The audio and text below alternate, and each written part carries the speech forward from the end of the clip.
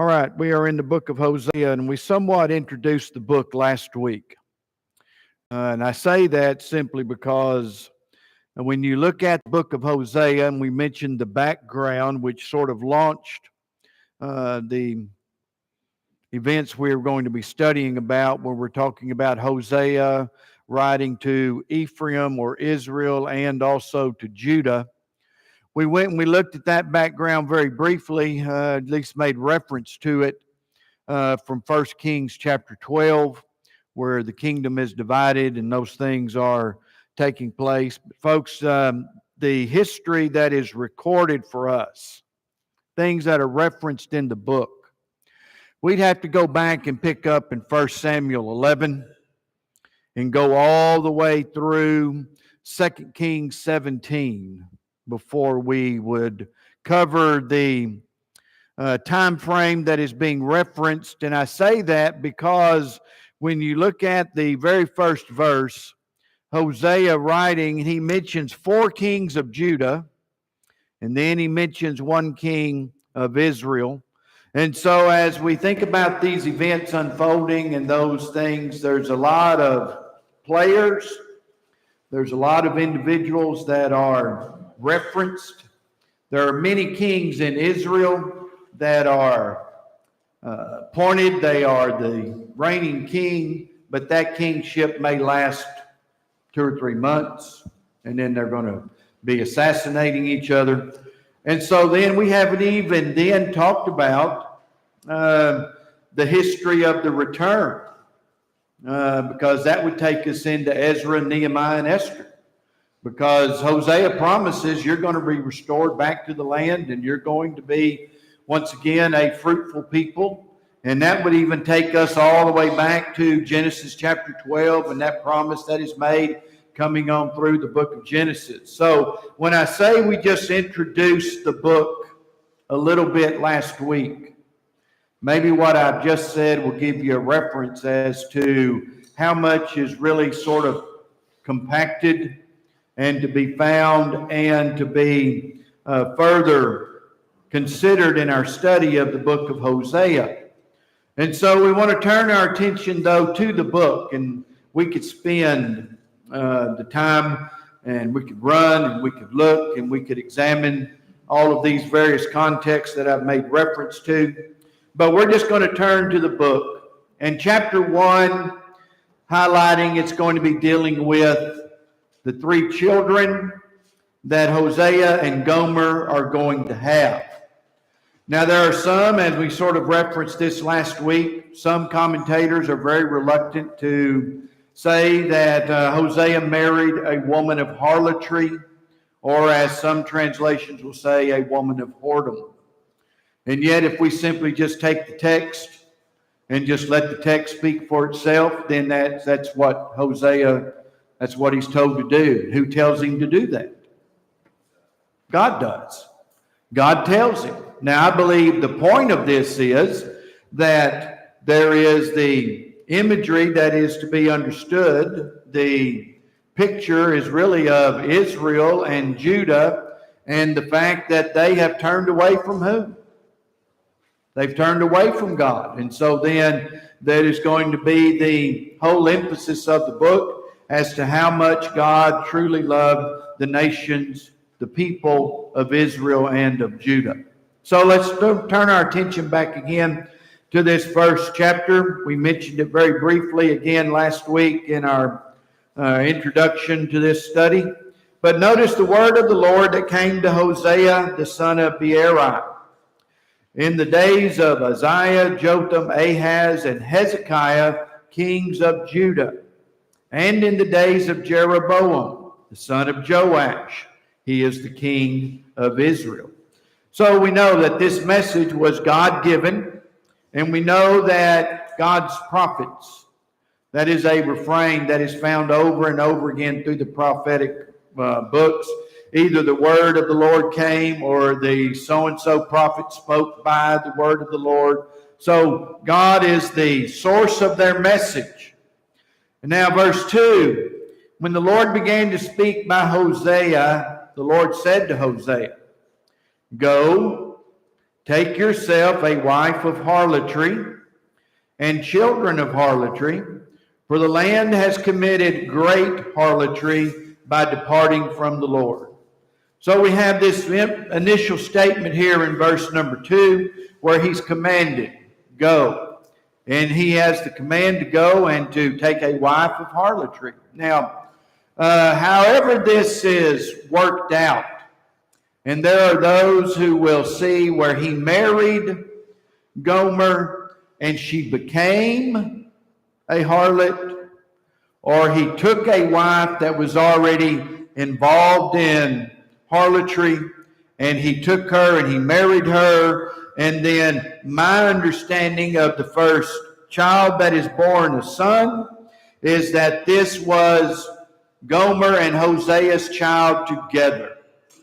And when I look at the daughter that's next mentioned in verse 6, and then the third child in verse number 8, their names are significant.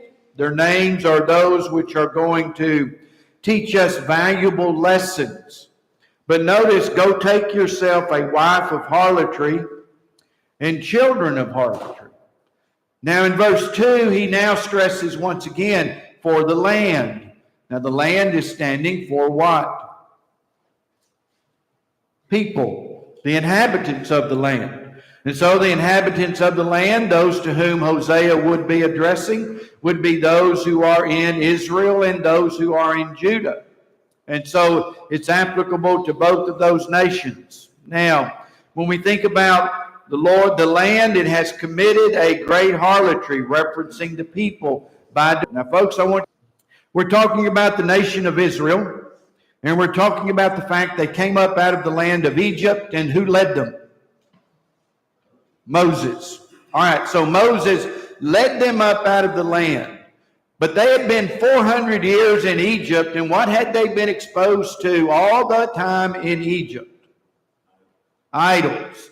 That's what the whole point of the plagues was all about, showing God's supremacy and God's greatness. As every one of those plagues, it was directly approaching one of the Egyptian gods who the Israelites, the people, have been exposed to for 400 plus years. They come into the land not under Moses' leadership, but under whose? Who led them through the cross into the promised land? Wasn't Moses, it was Joshua.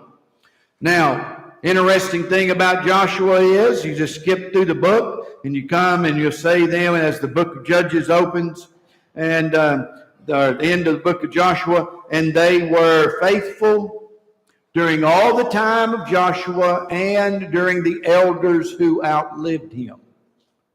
Then we open up what has been described by many as the bleakest period in the history of the Israelite people, the book of Judges. Now, why am I recounting all of this history? Why is this important to the book of Hosea? Because they came out of harlotry and they had a proper relationship. When they came out of idolatry, they had a proper relationship, and then they returned. Right. This is the whole image here. The land has committed harlotry from departing from me. Now, the analogy, if you stay with it, as Brother Raul has alluded to, you have them coming out of idolatry when they came out of Egypt, and then they entered into this proper and right relationship with God. And what happened? In that relationship, were they blessed or cursed by God? Blessed. Well, yeah, but for the most part, the cursing, what was that? Because I think that's something we need to keep in mind with the book of Hosea, because God's going to punish his people. But what is the point of that punishment? Okay, so they'll return. Okay, so they're punished, but he's pointing them and encouraging them, you need to return back to me. Now they continued, they just went on and on and on. And then we finally come to 1 Samuel 8. And what's important about 1 Samuel 8?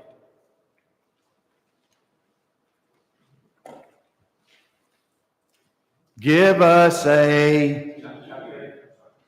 Give us a king. We want to be like the nations around us. Did God anticipate this? Yes. Yeah, he did.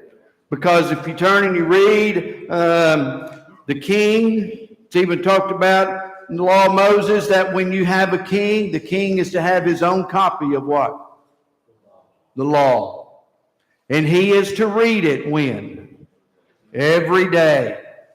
So, God anticipates this. Now, he gave them a king. And folks, this is important because we're going to read about this in Hosea 13. Because God tells them, I gave you a king in my anger, but I took him away in my wrath.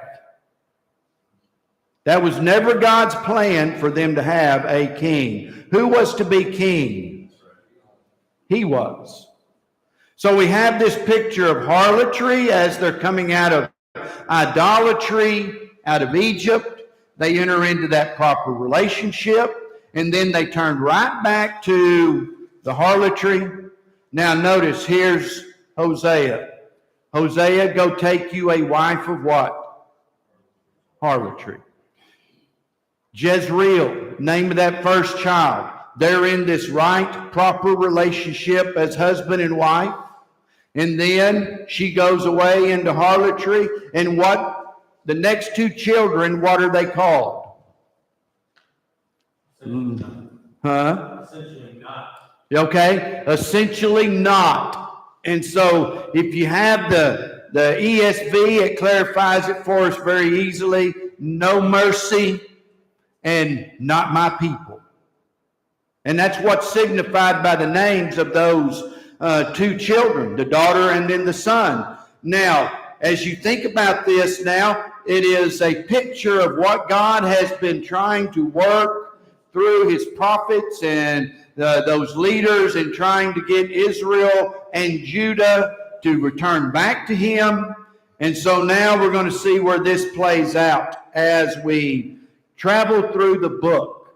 All right, so now, verse 3, so he went and took Gomer, the daughter of Diblaim, and she conceived and bore him a son. Then the Lord said to him, call his name Jezreel. Jezreel, for in a little while I will avenge the bloodshed of Jezreel on the house of Jehu, and bring an end to the kingdom of the house of Israel. It shall come to pass in that day that I will break the bow of Israel in the valley of Jezreel. So what is the significance of Jezreel?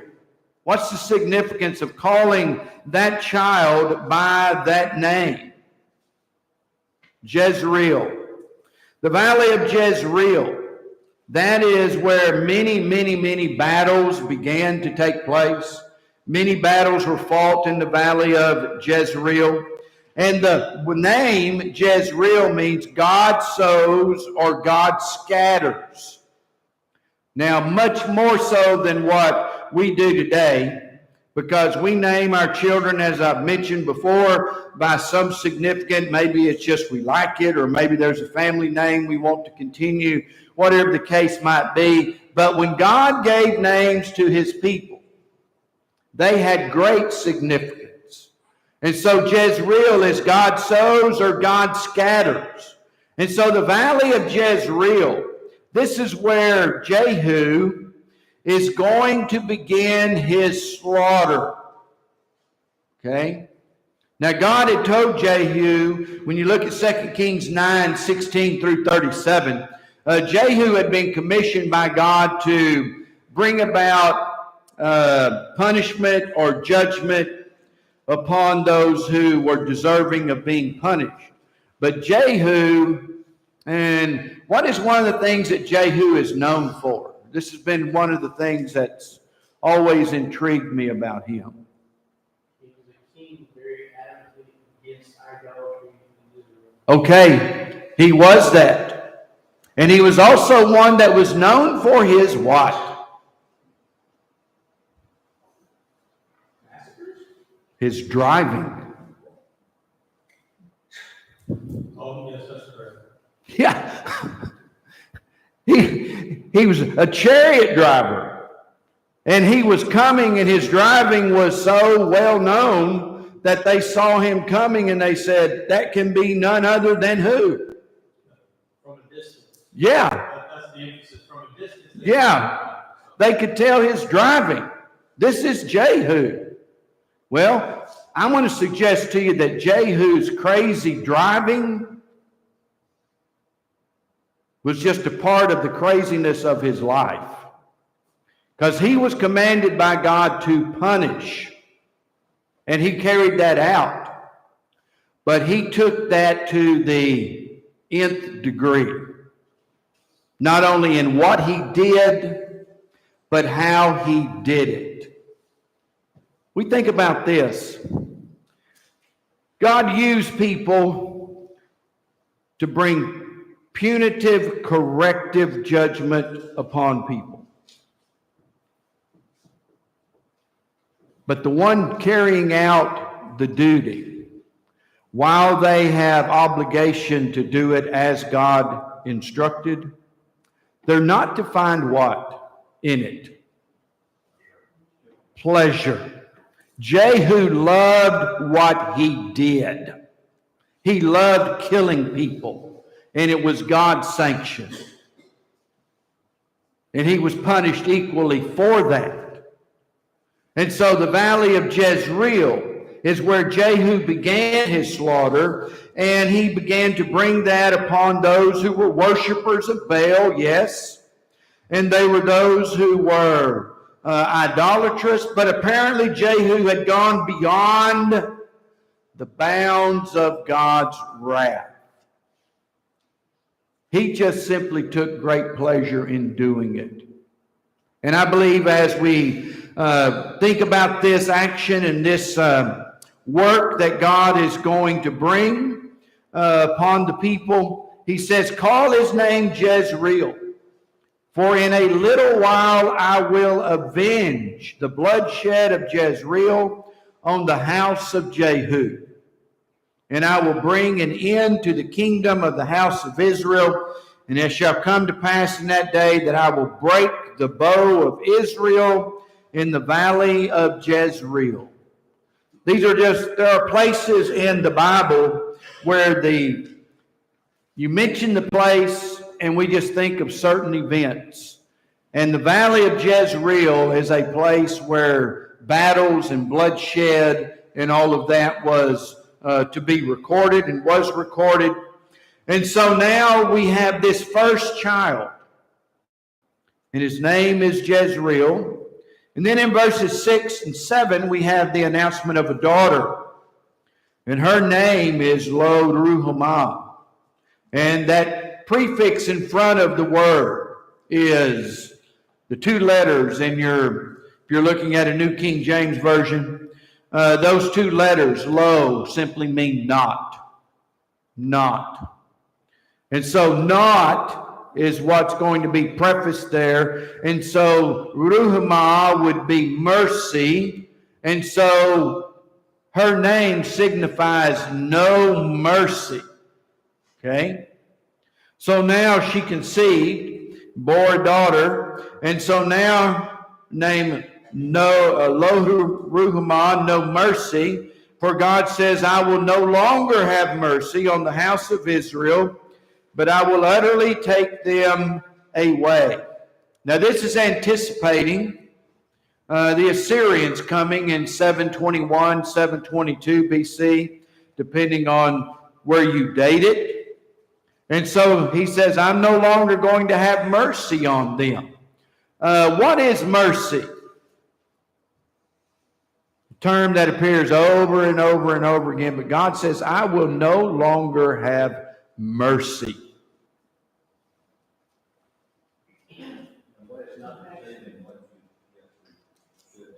Okay? Compassion. Kindness. God says, no more. I'm not having it anymore. And it has been, as was referenced last week, when the Bible tells us and we make the statement, the Assyrians are coming. Folks, if we truly knew the Assyrian people, that would strike fear in a person's heart. They were a wicked, mean, cruel, hateful nation of people.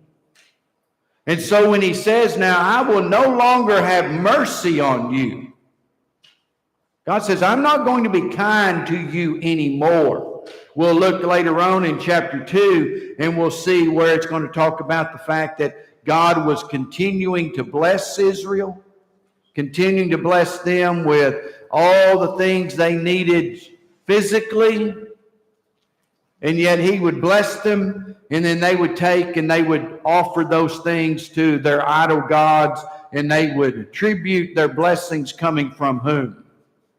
Those idols. And God says, no more. No more.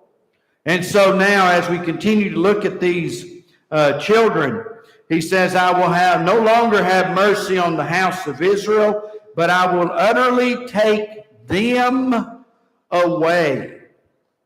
Yet I will have mercy on the house of Judah, and I will save them by their God. And it will not be by a bow, sword, battle, horses, or horsemen. So he announces punishment coming to the nation of Israel. I'm going to take them away, but I'm going to continue to show my mercy to Judah. And that's going to continue for another 100 some odd years. And then, sadly, Judah's going into captivity as well. Not Assyrian, but Babylonian. But God has pronounced to Israel no more mercy. Folks, I think we fail to appreciate just how merciful God is to us daily.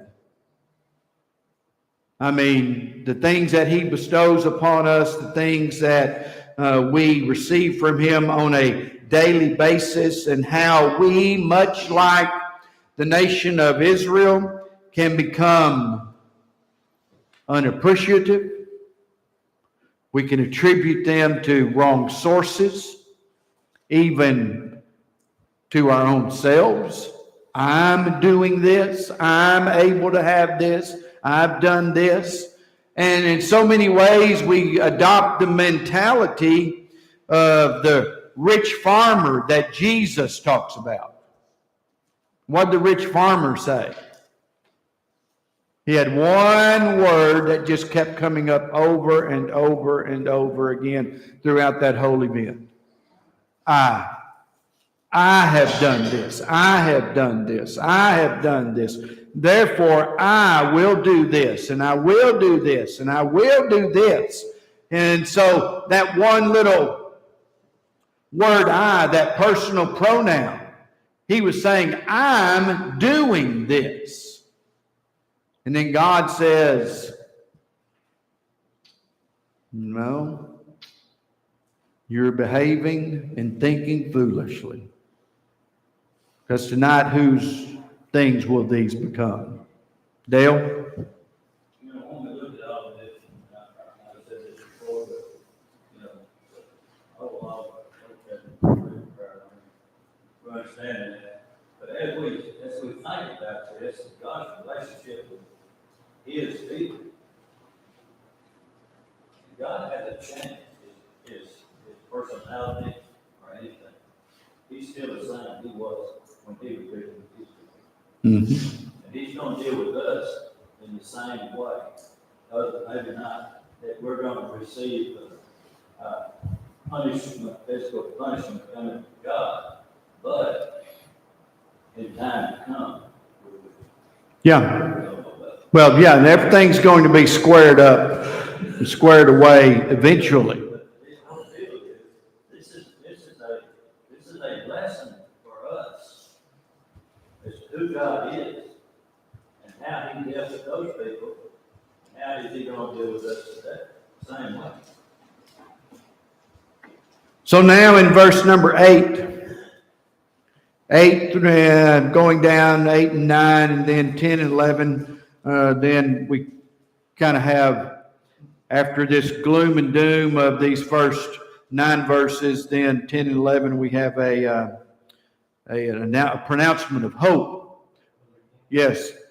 When he says there that he's going to save them, right there in verse number 7, in 2 Kings 19, that promise is announced because Sennacherib brings his whole army upon Judah, and they're not saved by love. They're not saved by their own army.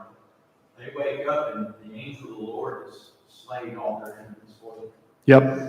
So that right there, that promise is kept by God. Yep. And, and in that night, there in 2 Kings 19, how many soldiers were killed in one night by one angel? 185,000. One angel, one night, killed 185,000 men. So that they woke up, and what they thought was going to be a bloodbath that morning turned out to be nothing but them going through the camp and just gathering up stuff. God had sent them to flee. And then historically, because Sennacherib was the one that was leading it, and Sennacherib has in his writings, he says, I've got Israel shut up like a bird in a cage.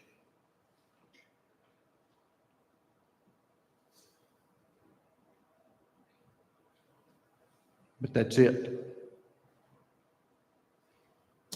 He didn't get to finish the story because the angel of the Lord protected God's people. And so as we think about all these events that are unfolding, we're talking about history. And history teaches us a lot. Now in verse 8 and 9, now when she had weaned Lo-ruhamah, she conceived and bare a son. Then God said, call his name Lo-ammi. For you are not my people, and I will not be your God. So these names are significant. No mercy, not my people. And God says, I will not be your God. So punishment is coming. And yet, verses 10 and 11, they're indicative of the God whom we serve. And they're also indicative of the love that God has for his people. And they're going to be further displayed going on through the book as we see the relationship between Hosea and Gomer. But as we look at these verses now, he says, yet the number of the children of Israel shall be as the sand of the sea. Now, where was that promise made initially? Your descendants are going to be like the sand of the sea. Well, that takes us back to Genesis 22. And the backdrop of Genesis 22 carries us all the way back to Genesis chapter 12 and the great promise that was made to Abraham. And so your children are going to be as the sand of the sea, which cannot be measured or numbered. And it shall come to pass in the place where it was said to them, you are not my people, there it shall be said to them, you are sons of the living God. So this punishment was announced upon them. No longer are you going to be recipients of my mercy, and no longer are you going to be recognized as my people. But there's coming a time when I shall say to you, you are the sons of the living God. So what was lost, now I want you to think about this, and I'm thinking about this in the sense of what we lost in Adam, we gained in what? Or in whom? In Christ. Well, they had lost that relationship with God, but there's coming a time when God is going to say, you are what? You are my sons. You are my daughters. They're going to be restored back to the land. And so this brings us to the books of Ezra, the Nehemiah, and Esther. And really it's Ezra, Esther, Nehemiah, chronologically. But as we think about the restoration, God was faithful to that. Just as he was faithful in punishing them, he was faithful in restoring them because they had learned their lesson. And one of the things, and I believe this is a significant point, you won't read of what happening in Judah and Israel again. What will you not read of? They will not be what? Idolaters. Now, are they faithful to God in every aspect? No. But they no longer are idolaters. Okay? Now, I want us to think about this again, looking at verse 11. Then the children of Judah and the children of Israel shall be gathered together and appoint for themselves one head.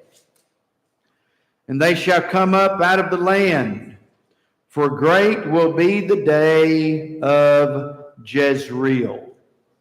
And so, restoration. And what they'd lost, they're going to be able to regain. And I'm not quite sure if verse 1 of chapter 2 belongs at the end of this context. I think it could certainly apply here and be considered here, because he says now, great will be the day of Jezreel. Say to your brethren, my people, and to your sisters, mercy is shown. So I believe that chapter 2 and verse 1 is a proper fitting to chapter 1. Say to the brethren, my people. So once they were pronounced as what? Not my people. And he says now, and tell your sisters, mercy is shown, when he was and had pronounced unto them no mercy.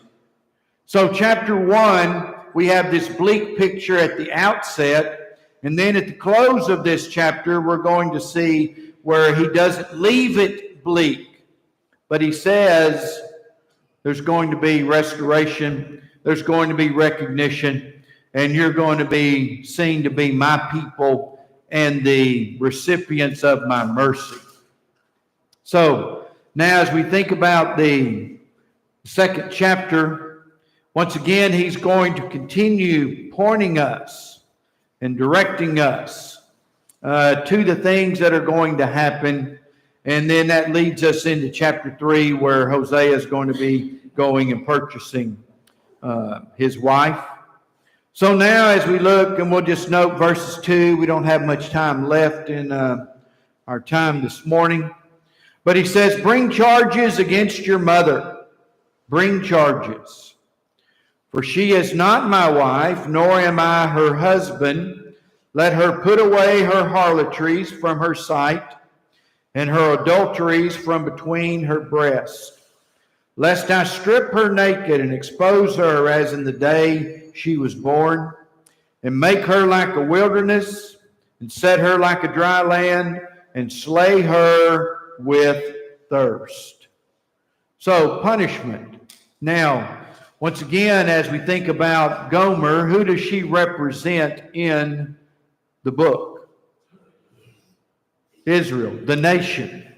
So now he says, she is not my wife, nor am I her husband. So apparently in this process and time, we've had 3 children that are born, and now she's gone, and she is now engaged in harlotry. She has put away her husband, and he has is no longer identifying her as his wife. And so put her away. Let her put away her harlotries from her sight. So she is engaged in this improper conduct. And so now, if she doesn't do so, verse 3, then this is what's going to happen. I'm going to strip her naked. I'm going to expose her as in the day she was born. I'm going to make her like a wilderness and set her like a dry land and slay her with thirst. So in verse 3, punishment is coming. And as we think about this punishment, it's going to take varied forms as we go through this chapter and the application that is to be made concerning these particular punishments that is going to come upon Gomer. And the first one is, as we think about, God is going to shame her. Shame her. And so she was going to be one that he says, in essence, I'm going to strip you naked. And then he says, I'm going to bring a blight upon you. I'm going to make you like dry land. I'm going to make you like the wilderness. And then eventually I'm going to cause you to think you're dying of thirst. So this picture becomes bleak very, very quickly. Moving from shame, moving on to conditions that are certainly not the norm. Now, if you go back and you just look at the history of God's people, God had blessed them so greatly over and over and over again. And they had become so accustomed to God's abundant blessings. And were there not times in the history of Israel that in so many ways they were the envy of the world? I mean, people would pass through, and they would look at Israel and they would look at their abundance and their affluence and all the things that God had blessed them with, and they would simply be the envy of the world. Well, all of that growth, all of that prosperity was signifying and was a outcome of their what? Their spiritual relationship was growing. It was abundant. It was flourishing. It was then seen by how God caused them to grow so much and so well in a physical nature. Now God says, as he's applying this to Gomer, he says, I'm taking all of this away. Well, it's a picture of what the nation was going to be losing. Okay, we're going to stop right there, and I know our bell is just about to ring, and then we'll be bombarded with the youngins. And so we'll pick up here next week. We'll pick up in verse number 4, because once again, we're going to see where he says, I will not have mercy on her children. And so we'll be continuing to look at this punishment as it is being meted out by God upon the nation. But then chapter 3 comes very quickly, much like chapter 1. As punishment, things are going to happen, and then God says, but I'm going to restore you. And so then in chapter 3, with all of these things surrounding Hosea and Gomer, the actions that his wife is involving herself in, now what's he telling him to do? You go take back your wife. And so we'll continue to look through this. All right, thanks, folks. Remember the cards that are in the evangelism room. If you have not availed yourself of them this morning, please do so.